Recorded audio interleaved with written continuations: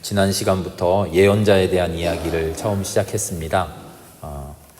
지난 시간 예언자에 대한 개요라고 할까요? 소개를 했는데요. 잠깐 복습해 보자면 다 기억나실 겁니다. 성서의 예언자가 어떤 사람이냐라고 했을 때 우리가 오해하지 말아야 될 것이 있다고 말했습니다. 일반적으로 흔히 말하듯이 성서의 예언자는 점쟁이처럼 앞날에 결정되어 있는 미래를 미리 알려주는 그런 사람이 아닙니다. 이런 말씀을 드렸어요. 하나님께서 우리 인간들에게 해주시는 말씀, 우리 인간들에게 하나님이 하고 싶어 하는 그 말씀을 대신 전해주는 사람. 그래서 오해 없게 표현하자면 대언자라는 표현이 더욱 적절합니다. 그렇게 말씀드렸어요.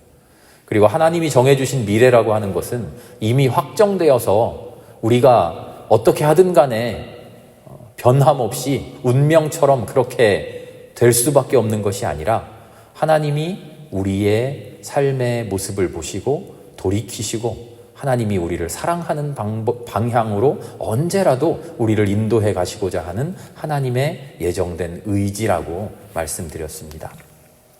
또 하나는 예언자가 이스라엘 역사에서 두 가지 모습으로 등장한다는 말씀을 드렸어요. 시대적으로 전기에 등장하는 예언자들은 주로 성령에 감동받은 예언자들이 많다고 말씀드렸어요. 하나님의 영이 임한 사람들, 기드온이나 삼손 같은 사사들, 엘리야, 엘리사 같은 그런 예언자들입니다. 하나님의 말씀을 몸으로 직접 보여줍니다. 엘리야의 갈멜산에서 바알과 아세라의 제사장들과 대결하는 그 장면이 대표적인 엘리야의 예언 활동이죠. 하나님의 말씀을, 하나님의 뜻을 몸으로 실제 눈앞에 사람들에게 보여주는 그런 예언자들, 성령 예언자 혹은 전기 예언자라고 말씀드렸어요. 다른 사람들은 후대의 사람들입니다. 이 사람들은 문서 예언자라고 말씀드렸습니다. 왜 그런가 했더니 이사야, 예레미야 하는 예언자들처럼 예언의 말씀을 글로 써서 남겼습니다. 하나님의 뜻을 문서로 선포하고 경고하고 기록합니다.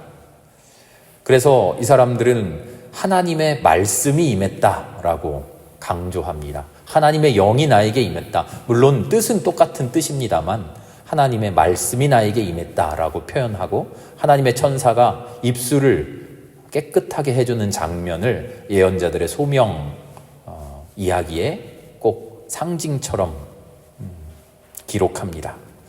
왜 말씀을 강조했습니까? 하나님의 말씀이 행동과 명령으로만 임하는 게 아니라 말씀으로 전해져서 기록되고 기억되고 선포된다는 겁니다. 그 예언을 보고 있는 사람들에게만 전해지는 게 아니라 모든 사람이, 세상 모든 사람들이 시대를 건너뛰어 지역을 건너뛰어 그 예언의 말씀을 들을 수 있도록 기록된다는 겁니다. 이게 무슨 차이가 있냐면요. 전기의 예언자들은 하나님에 대한 이해가 우리 민족의 하나님, 우리를 돌보는 하나님, 약간 시야가 좁습니다.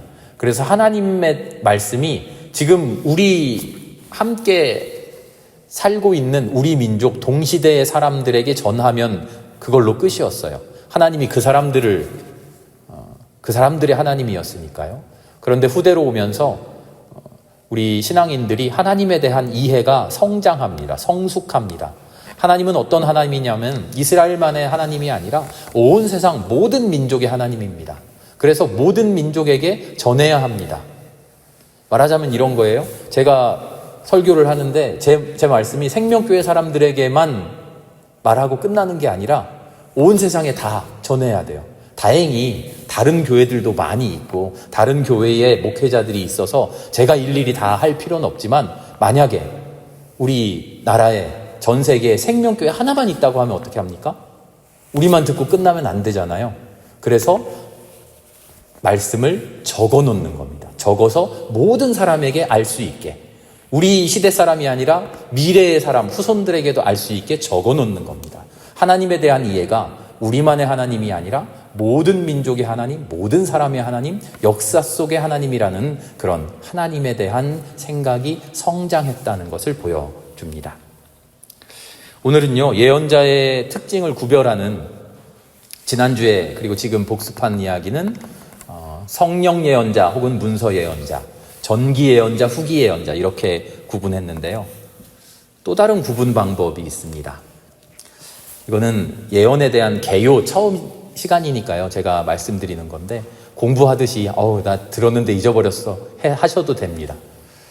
또 하나의 방식은 왕실 예언자와 제야 예언자로 구분하는 방식입니다. 그 이름 자체의 그 뜻을 대충 짐작하시겠죠? 왕실 예언자는 어떤 사람들이냐면 말 그대로 왕실에서 근무하는 예언자입니다. 중앙 예언자라고도 부릅니다. 말하자면 공무원입니다. 왕이 나라를 통치할 때 항상 왕의 옆에서 하나님의 뜻은 이렇습니다. 왕이 무언가 일을 할 때마다 묻습니다. 내가 이게 잘하고 있는 거 맞습니까? 이렇게 해야 됩니까? 저렇게 해야 됩니까? 지금 이 결정을 해야 되는데 어느 것이 하나님의 뜻에 맞습니까? 라고 매일매일 물어보는 그런 예언자입니다. 왕의 곁에서 하나님의 말씀을 매일매일 그때그때마다 전해주는 그런 예언자이지요. 열왕기나 사무엘에 보면 사울왕 시절에는 사울 옆에 항상 사무엘이 있었습니다. 다윗 왕 때는 다윗 옆에 항상 충고하던 사람 기억나시나요? 나단 예언자가 있었죠. 이런 사람들이 왕실 예언자입니다. 왕실에 속해 있는 공무원처럼 왕의 하는 통치의 모든 일에서 하나님의 뜻은 이렇습니다 하고 말해주는 사람이죠. 조금 생각을 깊이 조금만 더 해봅시다. 왕실 예언자들은 항상 위험성이 도사리고 있습니다. 어떤 위험일까요? 권력의 야합해서 하나님의 진짜 뜻이 그렇지 않은데 왕에게 듣기 좋은 말만 해줄 수 있겠죠.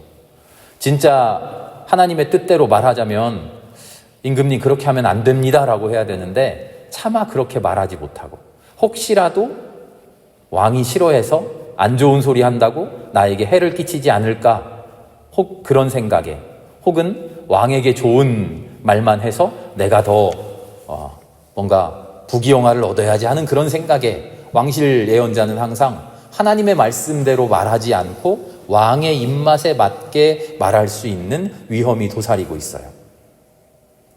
나단 같은 사람 보면 다행히 나단은 괜찮은 예언자였습니다. 그래서 다윗 곁에서 다윗이 밧세바를 취했을 때도 엄청나게 질책하잖아요. 그것은 정말 잘못된 일입니다 하고 호되게 꾸짖죠.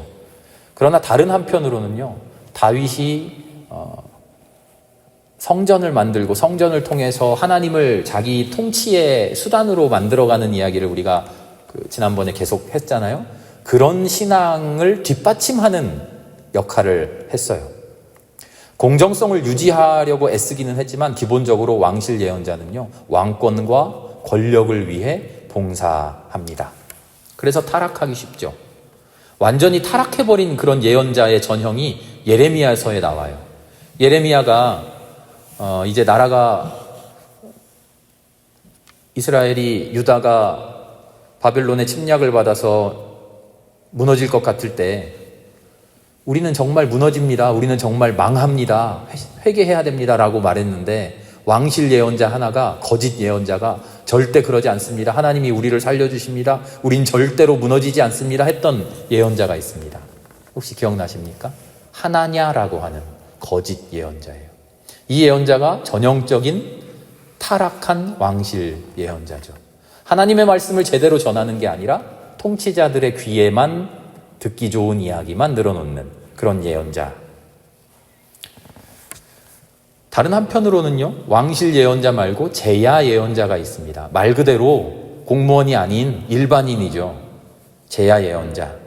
거리에서 비판의 소리를 외치는 사람들입니다. 중앙에 있지 않고 주변부에 있다 그래서 주변부 예언자라고도 말합니다.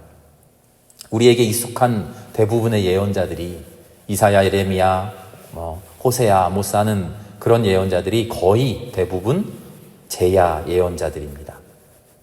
실제로 하나님의 말씀의 핵심적인 이야기들은요, 이런 제야 예언자들을 통해서 전해져요. 왜냐하면 당신들 잘못하고 있습니다. 사실은 이게 하나님의 뜻입니다. 라고 알지 못하던 것을 전해주어야 하기 때문이었죠. 그렇다고 해서 왕실 예언자들은 다 타락했다, 제야 예언자들이 진짜다, 그렇게만 말할 수는 없습니다. 다만 제야 예언자들은 비판적인 이야기를 하는 입장에 있었기 때문에 왕실에 대해서, 권력에 대해서 비판을 했던 것이죠. 그런가 하면 우리 지난 주일에도 이런 이야기를 잠깐 드렸었는데요. 예언자들은 독자적으로 활동한 게 아니라 개인적으로 활동한 게 아니라 그 예언자의 신앙을 함께 공유하는 단체, 집단이 있다고 말씀드렸어요. 이사야가 홀로 외로이 하나님의 말씀을 외친 게 아니라 이사야가 말하는 신앙을 함께 고백하는, 뜻을 같이 하는 사람들이, 그 공동체가, 신앙 집단이 있다는 거죠. 만약에 그 시대에 아무도 알아듣지 못하는 말을 이사야 혼자 외쳤더라면요, 그 이사야의 예언이 지금까지 남아있지 않았을 거예요. 이사야가 아무리 글로 써서 남겼다고 하더라도 그 이사야의 외침에 공감하는 사람들이 없었더라면 그 이사야의 예언은 다 흐지부지 사라지고 말았을 거예요. 이사야서가 지금까지 남아있고 이사야의 외침이 신앙의 중심에서 아직도 우리에게 중요한 것은 이사야가 외쳤던 신앙의 내용을 공감하고, 그래 이게 진짜 신앙이지 라고 함께 고백하는 그 신앙 집단들이 있었던 거죠. 그 집단이 이사야서를 계속 보존해왔고 이사야서를 계속 많은 사람들에게 널리 읽게 했던 것이죠. 복음서도 비슷합니다. 복음서도 마태복음, 마가, 누가, 요한복음, 이렇게 지금 우리가 성경에 들어와 있는 것은 4개의 복음서인데요. 마태, 마가, 누가, 요한이라고 하는 4명의 개인 저자들이 예수님에 대한 이야기를 내가 혼자 써야지 하고 개인적으로 써서 오늘날 출판하듯이 출판소에서 찍어가지고 낸 그런 책이 아니죠. 마태 공동체라고 이야기를 해요. 마태 공동체. 마태 공동체, 한 비슷한 신앙을 고백하는 공동체가 있어서 우리가 경험한 예수님, 우리가 고백하는 예수 그리스도에 대한 이야기를 써냅니다. 누구의 이름으로요? 마태의 이름으로요. 그게 마태복음이죠. 그래서 복음서마다 내용이나 경향이 조금씩 달라요. 그것은 공동체의 경향이 조금씩 다른 것과 비슷합니다. 예를 들자면 이런 겁니다. 우리 생명교회가 있고 옆에 경신교회가 있는데 진짜 그런 건 아닙니다만 우리 생명교회는 말씀을 중요하는 교회고 경신교회 어떤 교회인지 몰라요? 경신교회는 찬양을 중요시하는 교회라고 해봅시다. 그러면 우리 교회는 항상 이야기할 때 무엇을 강조할까요? 만약에 우리가 예수님에 대한 이야기를 우리가 쓴다면 예수님의 말씀, 예수님이 전하신 말씀에 중요하게 쓰겠죠. 찬양을 중요시하는 교회가 예수님에 대해서 쓴다면 예수님을 어떻게 찬양하고 예수님을 어떻게 기리고 예수님과 함께 즐거웠던, 하나님이 우리를 구원해 주신 것에 대한 감사의 고백이 더 많이 들어가 있겠죠. 복음서도 그렇다는 겁니다. 마태의 복음서는요, 이야기가 나왔으니까 잠깐 말씀을 드리면, 마태 공동체는요, 예수님을 그리스도로 고백하는데 그 사람들의 특징이 있어요. 어떤 특징이었냐면 이 사람들은 유대교, 그 옛날부터 야훼 하나님을 믿어왔던, 이스라엘 그 옛날 조상부터 믿어왔던 그 신앙의 정통성을 중요하게 생각했어요. 예수님이 갑자기 뚱딴지처럼 나타난 분이 아니라 구약에서 시대부터 예언해왔던 그 예언의 실현이 우리 예수님이야 라고 그것을 중요하게 생각하는 사람들이었어요. 그래서 한번 기억을 떠올려 보세요. 마태복음서에는 항상 이런 이야기가 나와요. 예수님이 이런 일을 하셨는데 이것은 구약의 이런 예언을 이루려고 하신 것이다. 예수님이 이런 일을 하셨는데 이것은 구약에서 예언했던 이 일이 예수님에게서 이루어진 것이다. 그리고 족보를 쭉 써내려가면서 구약에서부터 예수님의 구원의 그 혈통이 이어져 온다 하는 것을 강조해요. 마태의 공동체가 그렇다는 겁니다. 마태라고 하는 사람 혼자서 자기 혼자 그런 생각을 쓴 게 아니라 같은 신앙 고백을 공유하는 사람들이 있다는 겁니다. 누가복음은요, 누가를 읽어보면 다른 복음서에는 안 나오는 특별한 이야기들이 있어요. 보통은 복음서에 나오는 이야기들이 마태에도 나오고 마가에도 나오고 누가에도 같이 나오잖아요. 그런데 누가복음에만 나오는 이야기들이 있어요. 그 이야기는 뭔가 봤더니 항상 이방인들에 대해서 선교하는 이야기예요. 이방 사람을 구원해주는 이야기. 그 이야기가 누가복음에만 나와요. 우리가 어떻게 상상할 수 있을까요? 누가의 공동체라고 하는 사람들은 주로 우리끼리만 잘 믿자 하는 신앙이 아니라 이 신앙을 널리 전하자 하는 생각을 가진 사람들이었던 거죠. 그 사람들이 모여서 자기의 신앙 고백을 썼더니 이방인들에 대한 선교하는, 이방인들을 구원하는 이야기가 그 안에 많이 담겨 있었던 겁니다. 말이 나온 김에요. 요한복음은 그럼 어떤 사람들의 공동체였을까요? 요한복음을 읽어보면 이야기도 많이 나옵니다만 철학적인 이야기가 나와요. 처음 시작부터 그렇죠. 태초에 말씀이 계셨다. 그렇죠. 이 말씀이 육신이 되어 우리에게 오셨다. 그분이 예수다. 그리고 중간에 읽어보면 항상 그래요. 예수님은 무엇다. 예수님은 선한 목자다. 예수님은 양의 문이다. 뭐 그런 철학적인 정의를 많이 내려요. 요한복음은요, 어떤 집단이, 어떤 공동체가 썼냐면 그리스 문화에, 그리스 철학에 익숙한 조금 상당히 지식 있는 층, 그 사람들이 중심이 되어서 모였던 공동체다. 우리가 그렇게 이야기할 수 있습니다. 예언자 이야기를 하다가 거기까지 갔는데요. 예언자의 예언서, 예언서는 이렇게 같은 신앙고백으로 뭉친 신앙고백 집단이 있었다라는 겁니다. 그 신앙고백의 집단의 대표자라는 거죠. 이런 예언자들은 저마다의 역할과 기능이 있었어요. 왕실 예언자와 제야 예언자가 있는데 왕실 예언자는 그럼 어용이고 다 썩어 빠졌고 그러냐? 아니에요. 왕실 예언자는 왕실 예언자 나름의 역할이 있어요. 해야만 하는 기능이 있어요. 기본적으로 사회를 안정되게 유지합니다. 권력자의 목소리를 대변하면서 정권을 왕실이 해나가는 일이 하나님의 뜻을 이 세상에 펼치는 것이라고 백성들을 설득합니다. 이게 멋대로 하는 일이 아니고 임금님이 자기 좋으려고 하는 일이 아니고 억지로 하는 일이 아니고 하나님의 뜻을 이루려고 하는 겁니다. 우리 다 불평하지 말고 불만 갖지 말고 기쁜 마음으로 감사하는 마음으로 나라가 하는 일을 순종해서 잘 해봅시다라고 백성들을 설득하는 그런 역할을 합니다. 사회를 이끌어가는 도덕적이고 종교적인 권위를 확립시켜줘요. 국가가 존재하는 마땅한 이유를 설명합니다. 그래서 공동체의 모든 구성원들이 신앙의 이름 안에 나라의 권력에 복종하도록, 그래서 사회가 안정될 수 있도록 유지해줘요. 그래서 공동체에 위기가 닥쳤을 때 신적인 권위를 통해서 하나하나 한 대로 똘똘 뭉칠 수 있게 해줍니다. 통치자가 죽었을 때 새로운 통치자를 세워야 될 때 그때가 얼마나 극심한 혼란이 닥쳐오겠어요.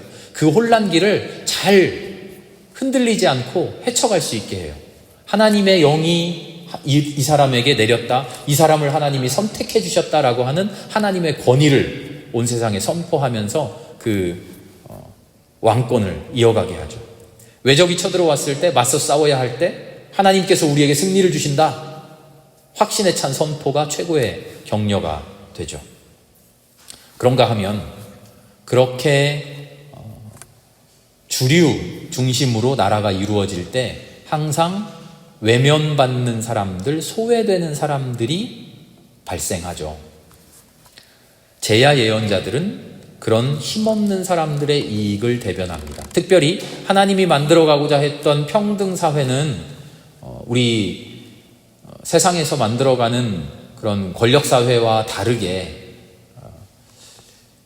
효율적이기만 하면 되고 많이 생산하기만 하면 되고 부를 축적하기만 하면 되고 그런 게 아니라 효율적이지 못하더라도 다소 더디더라도 다소 바보 같더라도 불쌍한 사람, 힘없는 사람을 도와주고 포용하는 그런 사회가 하나님의 사회였잖아요.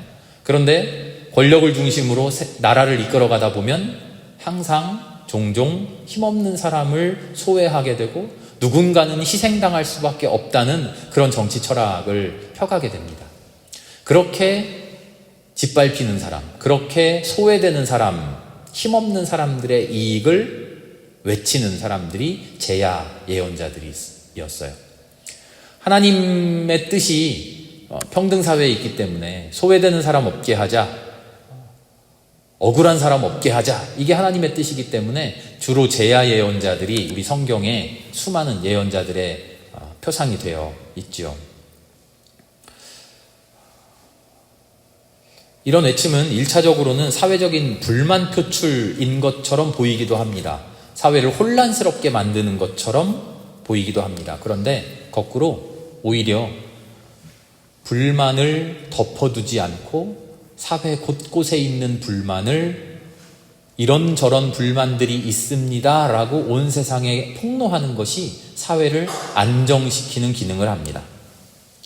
권력에, 사회에, 정치에 불만을 가진 사람들의 목소리가 표출되지 못하고 억압되어 있을 때, 꽁꽁 숨겨져 있을 때 오히려 그런 사회가 불안한 사회가 됩니다.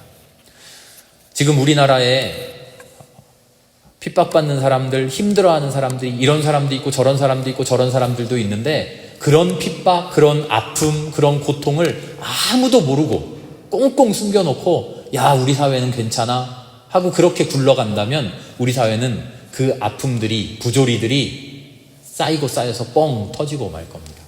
그러나 제야 예언자들은 그런 부조리들, 그런 아픔을 숨겨두지 않고 표출합니다. 지금 당장 해결되지 않는다고 하더라도, 지금 당장은 혼란스러운 것처럼 보인다고 하더라도 사회 구성원 모두가 이런 사람도 있구나, 이런 사정도 있구나, 이런 일이 생길 수도 있겠네, 그럴 때 이런 사람들이 고통을 당하는구나 하는 것을 모두가 알게 합니다. 그래서 그런 아픔들이 전부 해결되지는 못하더라도 모두가 공감하고 모두가 관심 가지게 해주죠.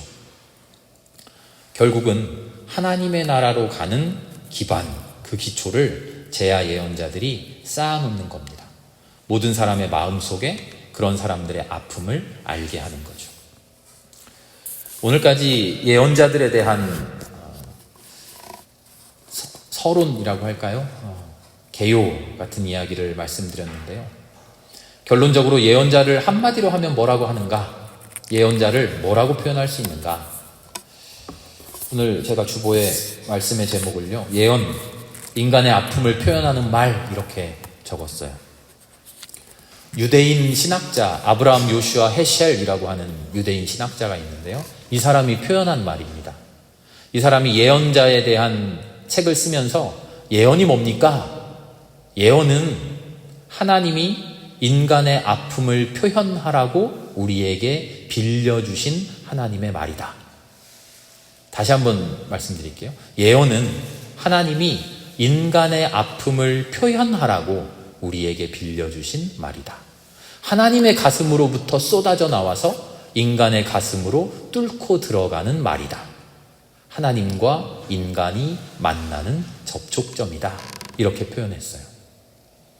예언은 하나님의 말씀을 무턱대고 우리에게 일방적으로 말하는 그런 것이 예언이 아닙니다.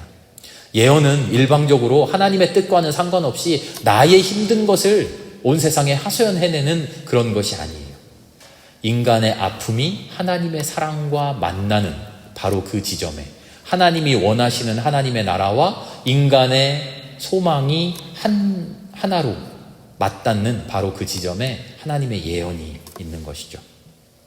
바로 우리 인간들에게 인간의 아픔, 인간의 고통, 인간의 힘든 것, 하나님께 기도하는 모든 사정들, 그 모든 것들이 숨겨지지 않고 적나라하게 드러나는 것, 그게 예언이죠.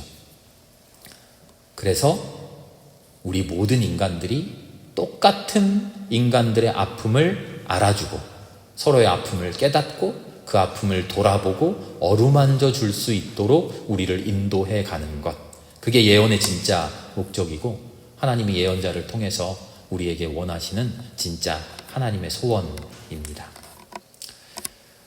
이제 다음 시간부터 실제 역사 속에서 등장했던 예언자들의 모습을 하나하나 역사적으로 엘리야부터 시작해서 어떤 예언을 했고 그 예언이 우리의 신앙을 어떻게 성장시켜 가는지, 우리의 신앙이 어떻게 성숙해져 가는지 하나하나 한 명씩 돌아보도록 하겠습니다. 우리 함께 기도하겠습니다. 하나님 감사합니다. 하나님의 나라를, 야훼의 평등사회를 이루어가시기 위한 하나님의 손길을 이스라엘의 역사를 통해서 알아봅니다. 그 길에 우리 인간들의 어리석은 모습을 매일매일 만납니다. 부끄럽습니다. 하나님의 나라가 과연 이 땅에 이루어지지 못하고 좌초될 것만 같습니다. 그러나 하나님, 예언자를 통해서 우리의 삶을, 우리의 역사를 인도해 가시고 계셨던 하나님의 손길을 또다시 만나게 됩니다. 인간의 아픔을 돌아보고 인간의 아픔을 온 세상에 폭로하고 그 아픔을 함께 공감하고 그 아픔을 해결하기 위해 애쓰도록 우리를 이끌어 가셨던 하나님의 손길을 봅니다. 예언자들의 활동과 예언자들의 외침을 하나하나 공부해 가면서 우리의 마음속에도 하나님이 울려주시는 예언의 외침이 있게 하여 주시고 그 예언의 말씀대로 우리가 삶을 살아가게 인도하여 주시옵소서. 모든 말씀을 예수님의 이름으로 감사하며 기도합니다. 아멘.